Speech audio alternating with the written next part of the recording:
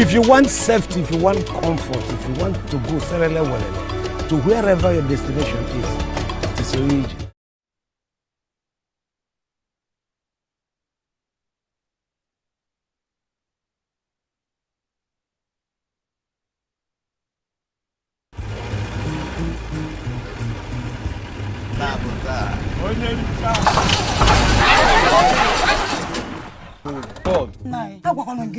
We shouldn't have used these balls.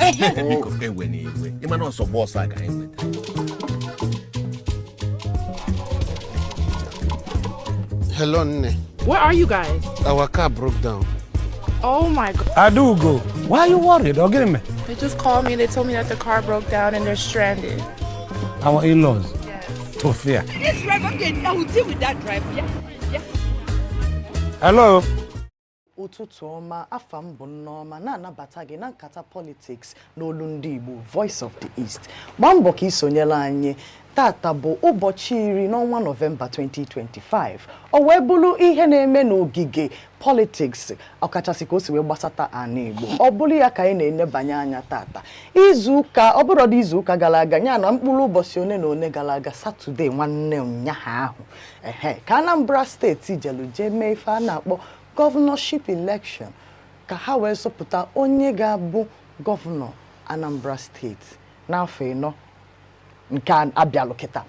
Makwara amalụ na enwelu incumbent gọvanọ na Anambra steeti bụ gọvanọ Prọfesọ Charles Soludo. Awe na-ajụ kedu ka anya bụ election ga-esi wee ga a na-enyochi ya anyị otega ikwubelu maka ya since 2025 ajụ wee tụọ kpakpam anyị kpụ Anambra n'ọnụ anyị na-atụ ụjọ anyị na-ajụ ha APC ka ekwanụ ka esi wee mee gọvanọ Soludo ya na ndị ya na ya na-anụ anyị na-ekilite n'anya ya na emego nya bụ election. Before anyị agwago onye melinu pụcha ama m na emagolo onye melinu ama m na emo onye melinu mana anyị ga-akpagodunu ka esi wee menya bụ election. Ama m ihe ifu amara m na ala Anambra je tụnye nya bụ election mana mụ ama na onye mụ na ya na-emekọ ife bụ mayor si mụ na ya agbala ụlọ maka na ya eje ka ya tinyekwanụ aka na nya bụ okwu. Maka voting bụ your civic right as a citizen, that is nwafọ Nigeria, whether ma ebu Hausa ma ebu Yoruba ma ebukwado Igbo be anyị a ma isokwa ịnọkwa na ndị mpaghara ndị nọkwanụ n'etiti nke ọbụla ebu malụ amalụ na ijeje tụnye akwụkwọ maka onye rọpụta onye ndu obodo gị ma ọ bụ ebe ị nọ bụ ihe kwesịrị imere obodo gị. Mayor kedu ife observe ma ọ bụrụ ndị sụlụ oyibo na election emelu na Anambra? First of all, the election electoral system in Nigeria, if the Nigerian electoral system, over INEC and the security agencies, over I have to find a way to curb vote buying and inducements in election, then our elections will not get any better. Because if I witness in Anambra, quite all right, I'm Governor Soludo Mary Maka, the opposition no strong and popular. No, if I know. Abuna if I knew ban, I'm an oho akaka na Val Zibo, na Hanabana, none of the ballot. I'm an ụfọdụ na-akakwa val ahụ ụta nnukwu ụka bịala ya n'election. So if obviously congrats to Governor Soludo, no, and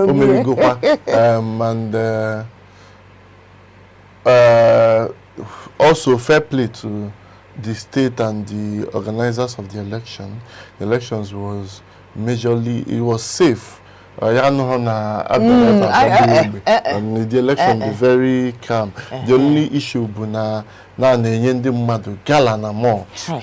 Eji gala na malt. Ndị Anambra dị ezigbo owulu onye na-ekwu owulu this content creator na Instagram osi na Paul yes spit.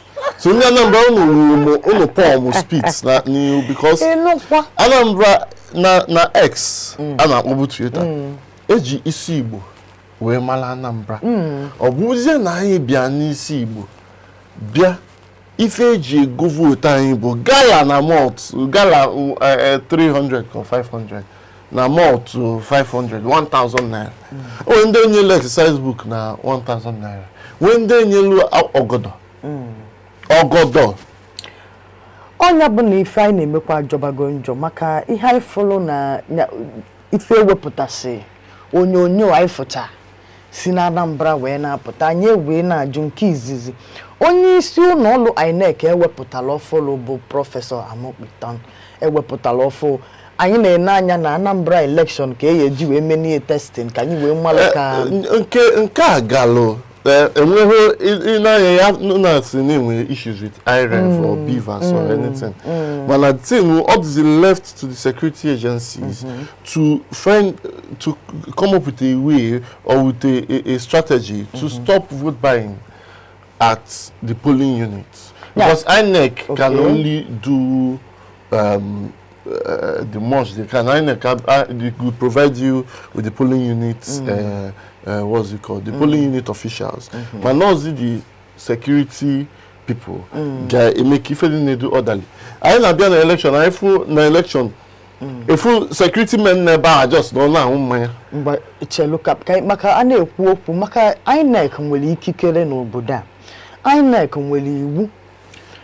Iwu a bụkwa ma ndị obodo da nya anyị nwa na-eji ịtụ vote ma onye a na-atụnyelu vote ma onye security nwere iwu ọ na-eso nke bụ nke ndị INEC ewe m na-ajụ iwu INEC dobecha wee sị mmadụ egokwana nya bụ vote mmadụ emebikwana ife niile abụcha iwu INEC ọ bụ ọdị iwu ndị na-eche ozi ife awụ iwu mana ozi for the ndị nchekwa to implement iwu a maka ihe si na ka si na INEC si deli iwu si ka ha ghara izu vote akwụsị izu vote ịda n'iwu m ntinye iwu ịda mana INEC anyị esi amụpụta anyị esi ebe ọ nọ bịa na polling units ndị polling unit officials INEC aya na-afụ na enyelu akwụkwọ voting can only do the most they can but not the full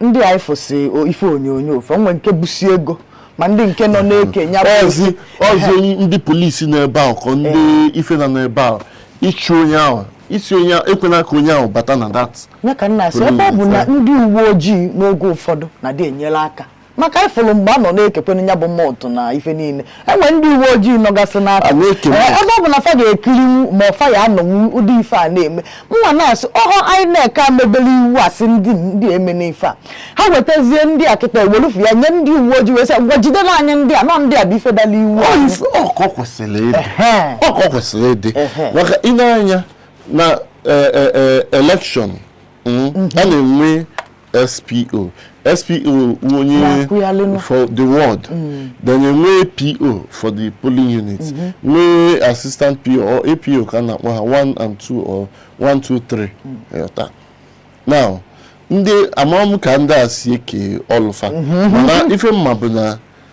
ha na-afụ na enyelu ndị na-atụ vote akwụkwọ na-afụkwa na agụlụ ya bụ vote and there's really little they can do. Also the security people. Now, only police phone bu akpa ego abata polling unit okusia. EFCC na arrest ndị bu ego for vote buying. So hancha gbakọta ọnụ ha amarụ station onwe ha EFCC nọ on ground, police anọ ọ bụrụ na police na nọ na election. So police anọ afọ onye ọbụna budo sense abịa ejide onye ahụ immediately na ha hapụ ha abịa ngụ akwụkwọ onye polisi kwesịrị na-akwụsị ha iso ha na-analụ ego ịghọta so ụdị ife ahụ kwesịrị ịkwụsị all the only bad review enwe na the election then na ọtụtụ ebe dịka ihe ala o nwere vidio ifụla ebe ahụ don amamgbo mee vidio si na je na polling unit na-ajụ ha ebe result sheet asị na SPO so ụdị ife a kwesịrị omenu na-ejego na-ewulugo the result sheet je ebe a na-ede result ọ kwesịrị the result sheet kwesịrị ịdị na the polling unit agụcha ha vote record party agents abia confirm mo no vote oninu na ka party win na election na kwesịrị so ụdị ife awụ ọtụtụ ife dị iche iche anyị kwesịrị itinye aka fụ na elections dị otu ọ kwesịrị ịdị na this country because without this we are still backwards. Enwere ajụjụ ikpeazụ mma ajụgide ife gbasara election a maka na asị nọ ụtọ alụ ka eji ama ụtọ nke ọzọ na-esi ife chọrọ iju wee bụrụ Anambra bụ isi Igbo anyị na-afụta Anambra ka ndị gbalụ mbọ ndị nwere oke ego ma unu nwa na-ekweta unu anyị jikwa unu wee na-anya isi maka anyị kpukpe akpamụ na-asị anyị na ịmabilionia unu nwere ọnya ka anyị na-ajụ ụdị ego anyị ma na Anambra nwere anyị adịghị elomelu ma anyị adịghị ajụ anyị ma na Anambra kpatara ego ịghọtago maka ndị ifo anọ na-enye mọdụ na-enye gala anyị ma na ọ bụrụ agụụ na agụva anyị ma na ọ bụrụ na ọ nwekwa ike bụrụ agụụ mba ọhụrụ mmadụ niile na Anambra kpatara ego n'ịmụ abụọ m onye Anambra amara mmana ihe anyị ma bụ na generally unu kpatara ego that is anyị nwe the highest ikwuo na anyị nwe especially Nnewi ikwuo na anyị nwere the highest number of dollar millionaires and naira billionaires. Mayor na akụpụzikwa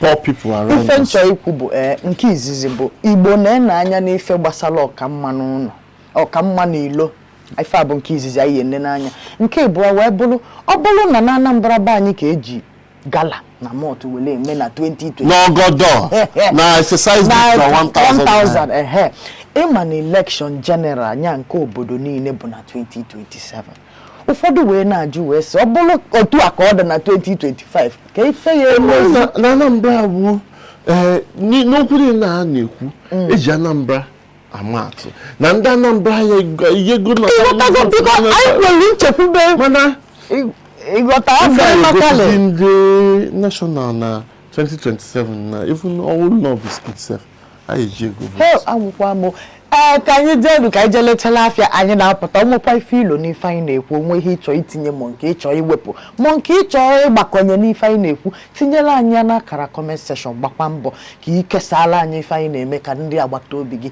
na ụmụnne gị ka fasola anyị n'ife anyị na-eme anyị na-abịa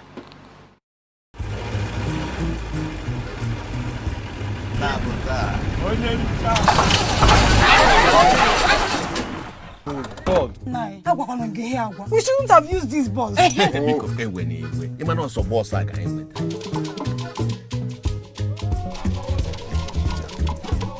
Hello, Nne.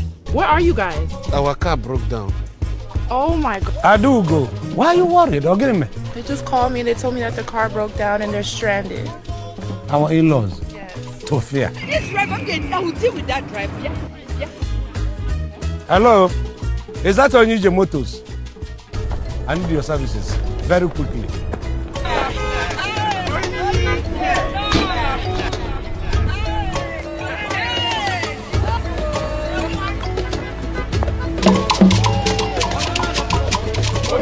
My lord. You're welcome. I don't want. Iye bulu mmanya. Je gosi anyị onye isi na ogina. Ibe anyị kwa na ya no. So take this one, show us the person.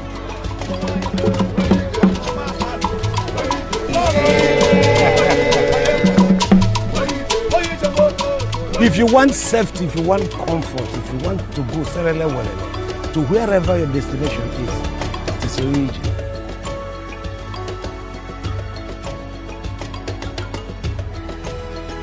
Onye moto. Kedu onye butere ka? Onye Bokopi, say Bokopi. Bokopi.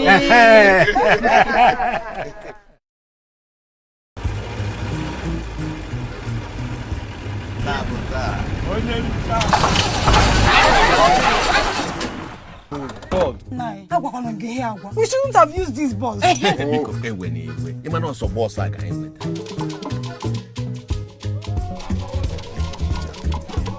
Hello, Nne. Where are you guys? Our car broke down. Oh my God. I do go. Why are you worried? Or get me? They just called me and they told me that the car broke down and they're stranded. Our in-laws. Yes. Tofia. This driver can now deal with that driver. Yeah. Yeah. Hello? Is that Onije Motors? I need your services very quickly. No, anyị ka nọda nkata politics. Ọkachasị ka o si wee gbasata anyị n'ala Igbo. O wee bụrụ election melu na Anambra n'ụbọchị Satọde nya nwanne ụnyaahụ. Ka anyị ka na-enenye anya, ka anyị malụ ka o si wee ga makwalu ma o nwere ihe anyị ga-amụta ma ọ bụ ihe anyị ga-edozi n'aka nya bụ election emelu. Gọvanọ Prof Charles Soludo bụ onye win nya bụ election, that is re-election maka na onye bụ onye na-achị anya bụ aka na-achị Anambra. A na-ekwu na enwelu power of incumbency, that is aka onye na-achịbu achị ya na ọ dịrị ya n'aka ọ ka wee nwee ohere ịtụrụ ugo na ya bụ asọmpi karịa ndị ọzọ. Mana ka m gụpụtalụ gị ọnụọgụgụ ka ha si wee mee ya bụ mmeli na Anambra n'ụbọchị Satọde anụnwa. Abga ji 422,664 votes wee melie ya bụ pati Soludo. APC wee welu 99,445 votes wee meli. YPP wee welu 33,652 votes ka fanwaji wee meli. LP when abia na number 4 with 10,482 votes. ADC ji 8,317 votes. PDP bụ onye gbali ikpeazụ na nya bụ asọmpi. Ifefa ji wee meli nke fa bụ 1,774 votes. Ifugie. Enwe ife meyo chọrọ ikwu gbasara ọnụ. Ife mbụ na-ekwu bụ na PDP anwụgo. Ụlọ afọ pati a na-akpọ PDP. Ọnwụgo pie. Ọkwa na side anyị a. Ma side anyị a ma national. PDP anwụgo pie. Nke ahụ esodu n'okwu anyị. Eziokwu. Mana nke mezigbo ifele bụ Labour Party. Hey! LP! Obedience niile a ife ndị be anyị ya ma bụ na politics dị local. Ihafu ije na X, if ndị obedient ebe ha na-eme mkpọtụ na-ekwu so the one time governor, you could not even walk the talk. You could not walk the talk. Now, I said this thing once in one of our live shows before. Now, when I'm Peter Obi, money generate mana agali na support Melunde Labour campaign on the Nazo governorship campaign. Maka if I rob off wrongly on him, because when we go situations they do na I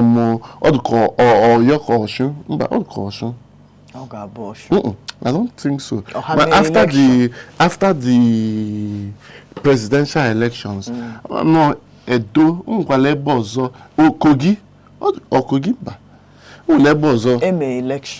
election. And we've seen even the Anambra this by-elections and all of that. These candidates can't even, most of it is rubbing off wrongly on him, because I happen the candidates or I have. Do you understand?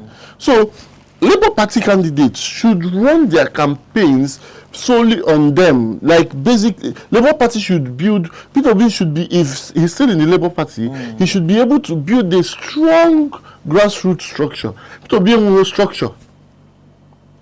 Odroge ka Peter Obi bụ on the national spectrum ka ndị mmadụ ji enene. Ọ dị ka onye kwulo onwe. Mana ihe bido ihe bi buru ụzọ dị mma n'ụlọ tupu ị pụọ n'ama. Ihe wegodo strong, even Tinubu ị na-afụ nwere strong grassroots support. Mana ị na-ego n'anya etu anyanwa bụ na Labour ka ọ nọ. Ọ dị ka ndị na-abanye na Labour jilu maka ya na-abanye abụrụ ife ndị mmadụ chọrọ. That is the main reason why he should not be putting his face to their campaigns. Because as it is now, if you are gap na nyewe for someone of Peter Obi's influence, you should, if you're running with Peter Obi's influence, you should be able to garner more than 10,000 votes. That was a very poor outing for Labour Party. A very, very poor outing in Peter Obi's backyard. It's a very poor outing for Labour Party. For APC, wonderful. I may not like them, you may not like them, but APC is beginning to beginning to build a stronghold in the Southeast. Kedi family juwelo na APC enwebego ngabasi. We got 3 APC governors now in the Southeast. Ne have second with even like that, more than times 2 more votes of what they had in the last election. 99,000, almost 100k votes is not this. Almost 100k votes have Robins. And they popular. Yes, and then they had your likes. I like Anambra. Manaha with 99k plus votes. I can now watch. Maka 2027 if I we fair play out. So who necessarily does not need to win the Southeast. And if I are target to go win 25% of votes in the Southeastern states, and it's enough for him. So APC is beginning to have, to build base here, little by little, little by little, little by little. Maka if you could be here, bulung we jena ajujun chole jogo. Obochi ofu Saturday anu, obochi Saturday agalaga pukwa lokudo oboda. Anyị nọkwa Saturday, ndị mgbasa ụlọ mgbasa ozi na ndị nke na-ede n'akwụkwọ wee wepụta ozi wee sị na Tinubu's government nya onye isi ana anyị bụ President Bola Tinubu na ọ na-enye gọvanọ ọbụla banyelu APC 250 billion naira nya Imago, thanks for coming. Odeka. Kejenye. Ebulukwana senator we mefa na bo switching over. Ayenye go 1 billion.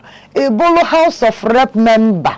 Ayenye go 500 million for defecting. Nyabo isi from Obuno. We port we banya na the other party bo APC.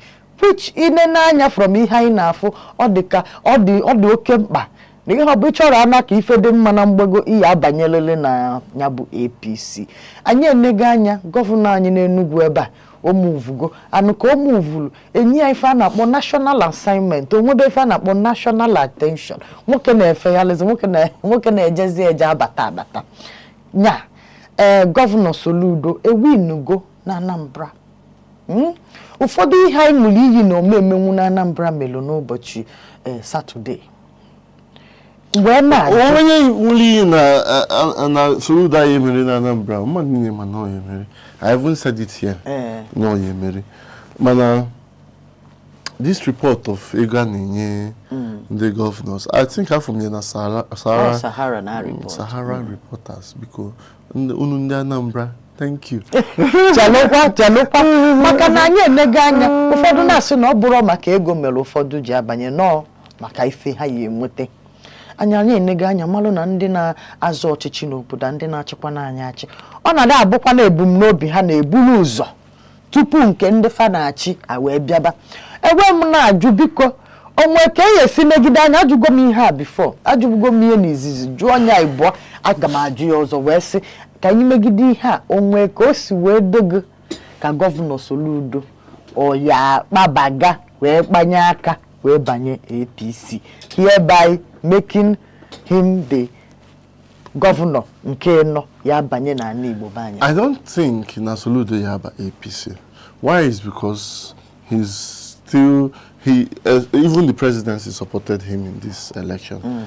Anambra has always partnered with the government at the centers, at the center. That stories na Sahara reporters. Sahara reporters. El and Aaron. Boy. Man. So I don't think the governor will move to APC now. Probably after his tenure as governor of Anambra. So Governor Soludo ya choka ka owu n'oge ya ka Anambra ya sinap gapo. It very certain. Had them certain. It is sure. Had them sure. Why you do sure? Had them sure. Maka what if no only fan abo interest national. enwe interest. Ọchịsị Anambra no kita. Onwekwala ike onwekwa ife ọzọ chọrọ. Ọchịsị Anambra, he can now join APC. Mana, from what I know, the governor would not want. Anambra has always been APGA for the past 3 decades. The past three administrations. So now the governor will probably not want it to be in his tenure. Anambra is na aka APGA.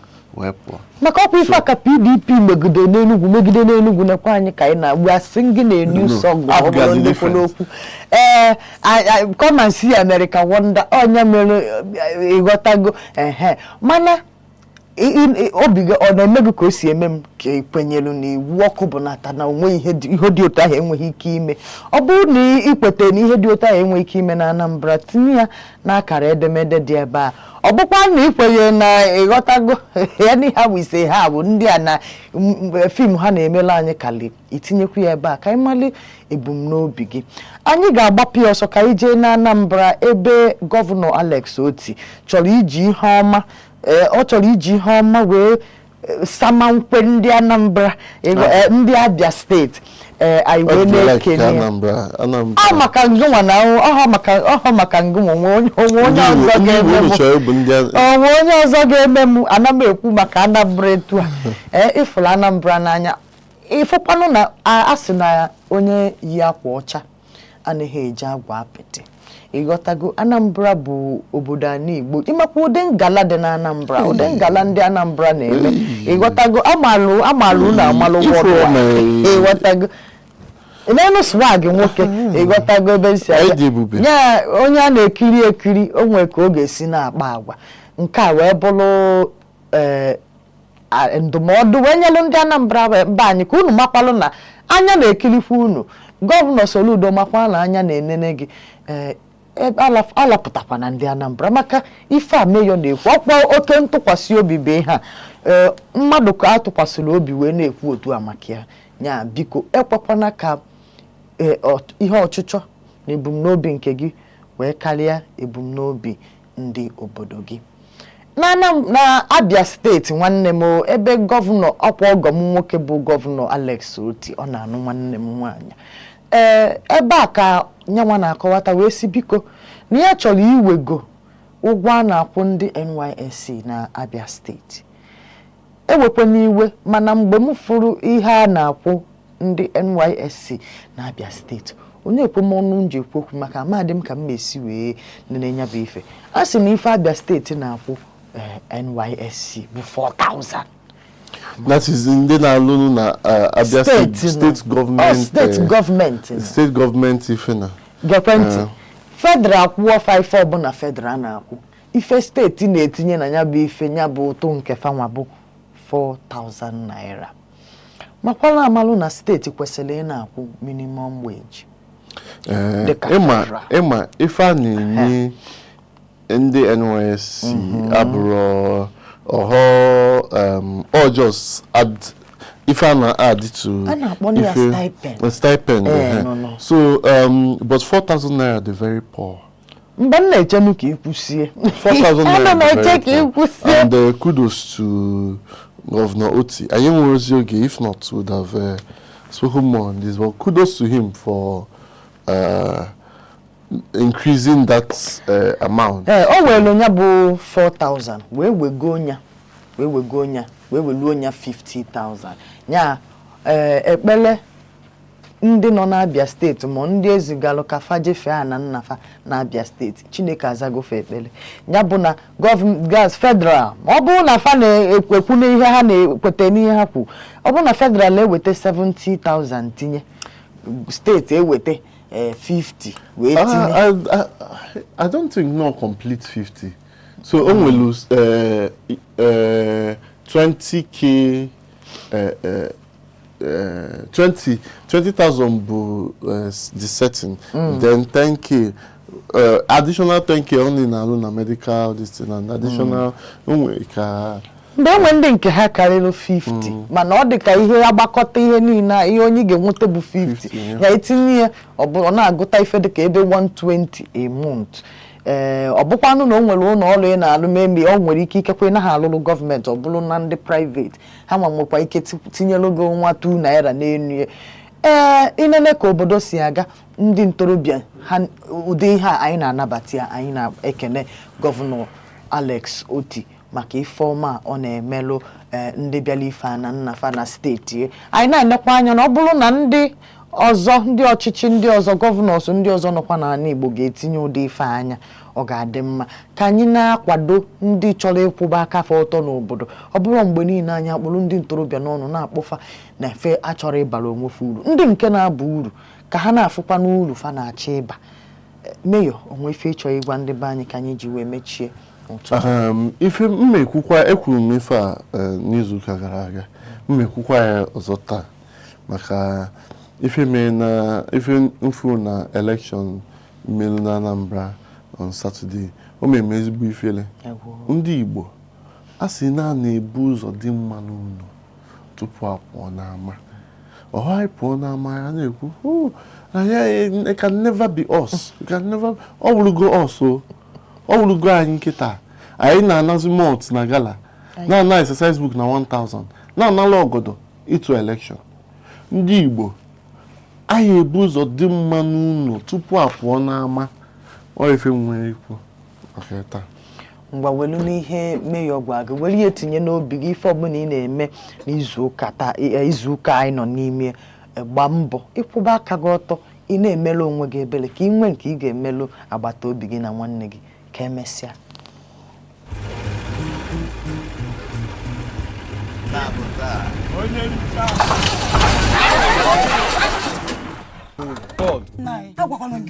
We shouldn't have used these balls.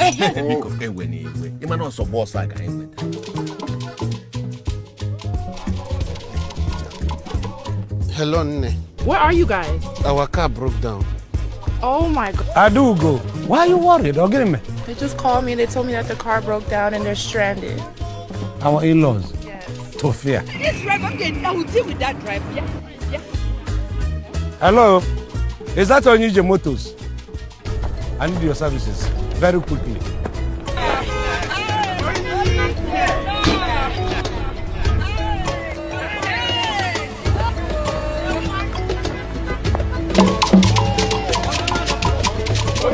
My lord. You're welcome. Adangwa. Iye bulu mmanya. Je gosi anyị onye isi na ogina. Ibe anyị kwa na ya no. So take this one, show us the person.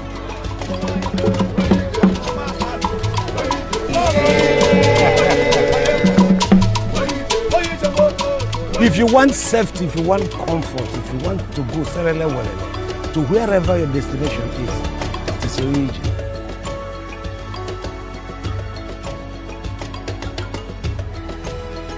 Onye moto. Kedu onye butere ka? Onye Bokopi, say Bokopi.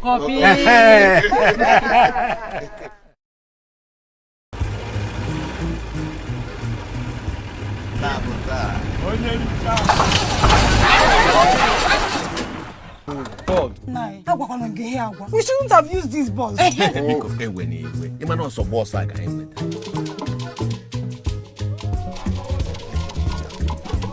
Hello, Nne. Where are you guys? Our car broke down.